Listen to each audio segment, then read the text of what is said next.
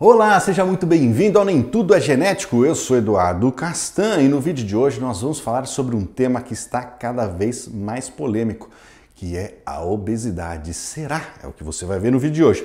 Será que a obesidade, assim como algumas pessoas dizem por aí, é sem vergonhice? É pura preguiça? É falta de vergonha na cara? Ou será que a obesidade realmente ela é uma doença? Será que existem componentes que estão fora do controle das pessoas que são obesas? É no vídeo de hoje que você vai saber sobre isso e é já depois da vinheta.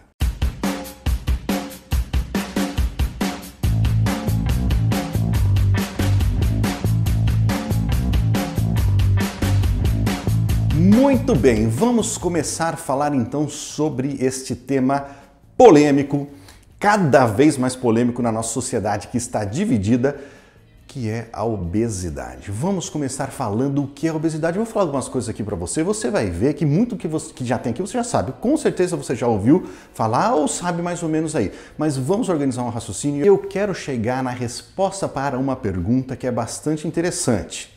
Por que algumas pessoas tentam emagrecer e não conseguem? Porque algumas pessoas são gordinhas, obesas a vida inteira? Porque tem gente que vive de dieta e não consegue ter um bom resultado, sair daquela vida de efeito sanfona que muitos passam por aí. Vamos começar falando então sobre o que é obesidade. Obesidade é uma doença crônica caracterizada pelo acúmulo de gordura corporal. Então já de cara, minha gente, eu vou falar para vocês, é uma doença crônica. Se é uma doença, é uma coisa boa. Então, para aquele grupo, e existem muitas pessoas hoje que estão nesse extremo da pauta aqui, que romantizam a obesidade, que falam que ser gordo não é um problema. Cara, pelo menos do ponto de vista de saúde, não tem nada de bom. Obesidade é uma doença. Agora, do ponto de vista estético, social, de discriminação, isso é uma outra história que não cabe a gente falar aqui nesse vídeo. Aqui nós estamos falando de ciência, nós estamos falando da parte científica do negócio. Então, da parte científica, do ponto de vista de saúde, a obesidade é uma doença, não é uma coisa boa. Acabou, isso nivelamos o conhecimento por aí.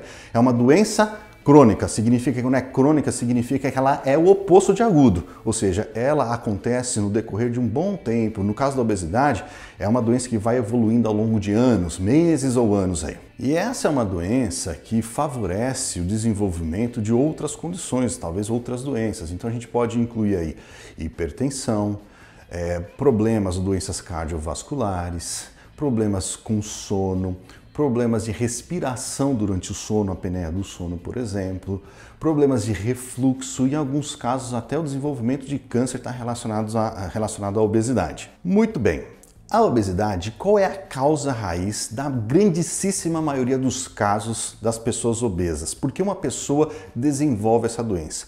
A resposta ela é muito simples. A resposta é a seguinte: existe um desequilíbrio energético nessas pessoas, ou seja, todo mundo tem uma quantidade de energia que precisa colocar dentro do seu organismo para desenvolver suas atividades, né? Para respirar, para sobreviver, para comer, para fazer atividade física, para trabalhar, para tudo que a gente faz, a gente precisa de energia, a gente obtém energia através dos nossos alimentos. Então existe a quantidade de energia que a gente coloca para dentro do nosso corpo, que é a ingestão calórica, a nossa ingestão calórica. Só que do outro lado tem que sair. A gente coloca um tanto de energia aqui e a gente precisa consumir essa energia. E a gente consome energia como? Fazendo atividade física, comendo, digerindo alimentos, se movimentando, respirando, batendo o coração, se mexendo, metabolismo. E a gente gasta energia, essa energia que a gente colocou para dentro, essa caloria que a gente colocou para dentro, tem que ser utilizado ao longo do dia. O que acontece nas pessoas, no caso das pessoas obesas, elas desenvolvem a obesidade porque existe um desequilíbrio da quantidade de energia, quantidade de caloria que essa pessoa coloca para dentro do corpo dela em relação ao quanto que ela gasta. Se uma pessoa, ela coloca uma quantidade X, ela ingere, ela consome uma quantidade X de caloria e gasta uma quantidade X de caloria, essa é uma pessoa que não engorda e que não emagrece. O contrário, uma outra situação, quando uma pessoa ela coloca uma quantidade de energia e ela gasta mais do que ela consumiu, essa pessoa tende a emagrecer. E o oposto é quando um indivíduo ele consome maior quantidade de caloria do que ele gasta. Quando você tem mais caloria entrando, mais energia entrando do que saindo, aquela energia ela fica acumulada, ela vai se acumulando, ela vai sendo armazenada. E no nosso caso, uma das maneiras de a gente armazenar energia é acumulando gordura, armazenando energia em gordura. E é por isso que a pessoa engorda. Então, a causa raiz da grandíssima maioria das pessoas que têm obesidade é justamente um desequilíbrio da quantidade de caloria que ela consome em relação ao quanto que ela gasta. Simples, é isso daí. Agora, onde começa a pegar a informação que eu quero passar aqui nesse vídeo? Por que existe esse desequilíbrio de energia consumida e energia gasta nas pessoas que têm obesidade?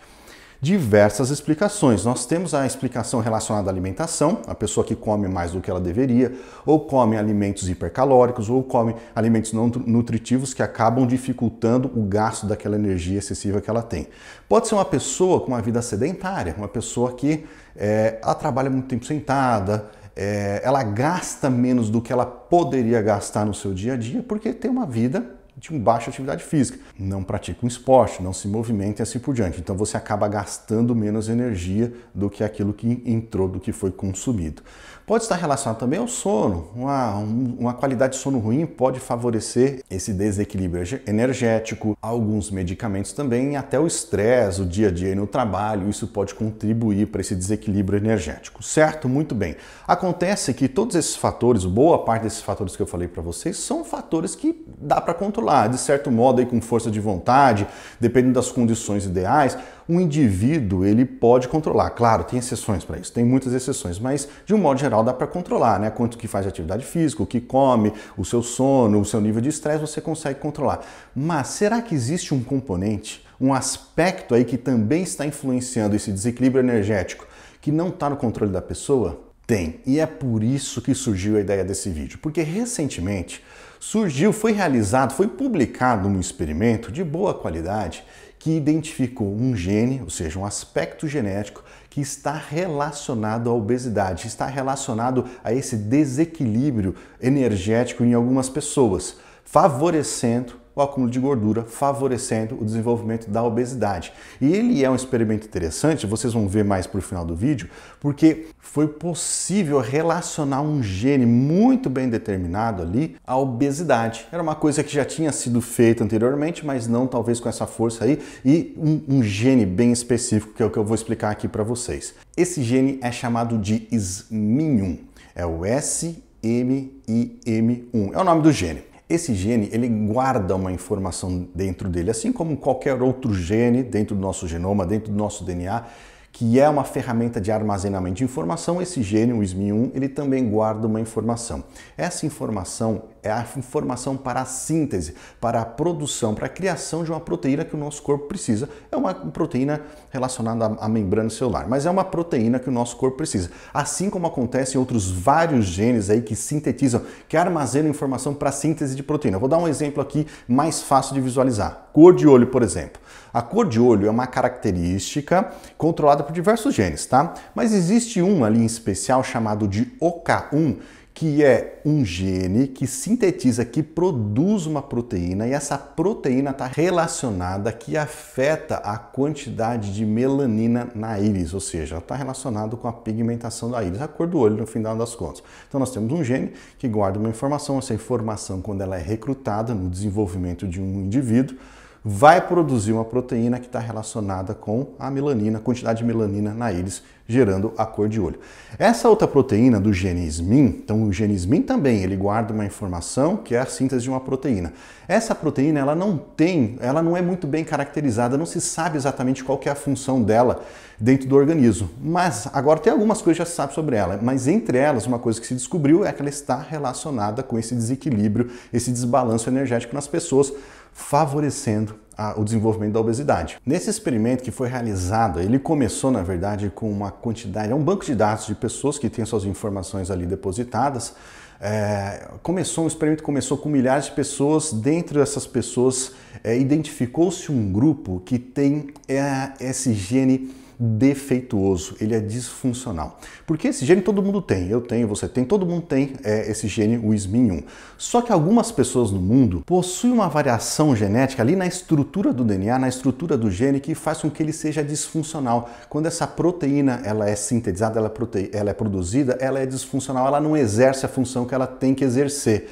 E por essa razão, não se sabe exatamente qual é o mecanismo, mas por conta desse gene disfuncional, essa proteína disfuncional que algumas pessoas têm, que carregam essa informação genética, favorece o desenvolvimento da obesidade. Aí eles descobriram que para se ter essa característica favorável ao desenvolvimento da obesidade, a pessoa que tem esse gene disfuncional tem que ter recebido a cópia do pai e a cópia da mãe, as duas cópias disfuncionais, né? Porque nós somos organismos chamados diploides, são aqueles organismos que possuem uma cópia do genoma que veio do pai, metade do meu genoma veio do meu pai, metade do meu genoma veio da minha mãe. Isso serve para você, isso serve para todas as pessoas do mundo. Quando a gente fala desse gene específico, então o indivíduo ele recebeu uma cópia do pai, uma cópia da mãe. Para ele ter esse problema, esse favorecimento do desenvolvimento da obesidade, ele tem que ter recebido uma cópia disfuncional do pai e uma cópia disfuncional da mãe. Ele é homozigoto para essa condição, para esse gene específico. Aí nesse estudo também eles verificaram que essas pessoas que têm esses dois genes, essas duas cópias do gene disfuncional, estou colocando disfuncional aqui porque não é o termo mais adequado, mas tudo bem, é só para você saber que o gene não funciona direito, tá bom? Ou não funciona direito. Eles viram que no caso de mulheres, elas apresentavam até 4,6 quilos a mais do que as mulheres que não tinham essa disfunção genética. E no caso do homem, 2,5 quilos a mais. Isso é interessante porque assim, se você pegar, né, uma situação hipotética aqui, uma pessoa que não tem esse problema genético, não tem esse gene disfuncional, e uma outra pessoa que tem essa disfunção, esse gene disfuncional, você colocá-los na mesmíssima situação, são pessoas do mesmo sexo, são pessoas mais ou menos da mesma altura, o mesmo peso, estão comendo o mesmo tipo de comida, estão praticando a mesma quantidade de atividade física, de esporte, assim, elas têm todas as condições, são iguais, tudo igual. A pessoa que tem essa disfunção, ela tende a engordar mais do que a pessoa que não tem. Ou seja, é um problema genético que está fora do controle dela. Ela pode fazer tudo certinho, ela pode fazer tudo igual a outra pessoa que não tem essa disfunção faz. Ela vai ter o favorecimento do ganho de peso. Ela vai ganhar peso com mais facilidade. Outra coisa que eles viram nesse estudo também, que as pessoas que são portadoras dessa variação genética, desse gene disfuncional, tinham maior chance de desenvolver outras doenças, síndromes metabólicas também, como o acúmulo de gordura na corrente sanguínea, né? A dislipidemia e também resistência à insulina, que são problemas, são condições que podem gerar problemas mais graves no futuro. Mas é interessante o seguinte, né? Por que eu estou falando desse estudo aqui para vocês? O que dá para fazer com esse tipo de informação? Bom, a primeira coisa é interessante que, como eu falei lá atrás, né? Pela primeira vez nós temos uma associação muito forte de um gene com a obesidade. Já falei, tem outros genes relacionados à obesidade, mas esse aqui ele tem talvez um papel aí bastante importante no desenvolvimento da obesidade. Uma coisa importante também é que esse gene, essa condição de você ter os dois genes disfuncionais, as duas cópias disfuncionais do gene, não é uma condição muito comum, não. Essa condição, essa informação genética ali, ela é relativamente rara na população, não é todo mundo que tem. Então não é toda pessoa que tem obesidade que a obesidade é explicada por essa condição genética, não é. Ela não é muito comum, mas é interessante ver que, bom, nós temos um gene já diretamente relacionado com a probabilidade de desenvolver obesidade. Isso fica muito claro, com essa informação aqui, fica muito claro que uma pessoa que é obesa, que busca um tratamento, não basta essa pessoa ser tratada somente do ponto de vista de hábitos, de reeducação alimentar, de quantidade de atividade física. Óbvio que ela vai ter que se ajustar, vai ter que considerar todos esses pontos, ou seja, comer de uma forma mais adequada, quantidade mais adequada, alimentos mais saudáveis, fazer atividade física, praticar um esporte, ter uma condição de sono melhor. Tudo isso ela vai ter que trabalhar. Mas não basta olhar só para esses aspectos, porque esses aspectos eles são genéricos para todas as pessoas que querem resolver o problema de obesidade ou que querem diminuir peso. Isso são problemas, são aspectos genéricos que qualquer pessoa vai ter que passar para resolver esse problema. Mas e aqueles aspectos pontuais que são individuais de cada pessoa? Uma abordagem por parte dos profissionais da saúde, os médicos, nutricionistas, educadores físicos, etc., mais personalizada, olhando para a genética do indivíduo. Então, óbvio, tem que considerar todos esses outros aspectos que são genéricos, mas tem que olhar para o indivíduo, individual. Eventualmente, no futuro, isso não agora não, até fazer teste genético para prescrever uma dieta, para estipular a quantidade de atividade física que a pessoa tem que fazer e assim por diante. Não basta olhar só para esses aspectos genéricos, tem que olhar o que é personalizado. O tratamento, A terapia, ela tem que ser personalizada para ser mais eficiente. Nós estamos nesse momento agora? Não, nós não estamos nesse momento agora. Nós temos alguns testes genéticos que podem ajudar aí algumas pessoas, mas para esse especificamente não, ele acabou de ser descoberto. Tem muita coisa ainda que precisa ser vista a partir desse estudo aqui, mas já é um primeiro passo, né? E eu acho que a nossa sociedade está caminhando para isso, para uma visão genética, testes genéticos, para a gente ter uma abordagem mais individual, mais personalizada, considerando os aspectos que são genéricos para todo mundo, mas também aqueles aspectos, aquelas terapias, aquelas abordagens, os tratamentos que são mais personalizados. Eu espero que você tenha gostado desse vídeo, que ele tenha sido útil. E se você gostou, não deixa de curtir esse vídeo, deixar um comentário e assinar o canal. Aciona o sininho aí para você receber um lembrete toda vez que um vídeo novo for ao ar. Deixe seus comentários aqui, que eu quero saber o que você acha sobre isso. A gente se vê no próximo vídeo. Tchau, tchau.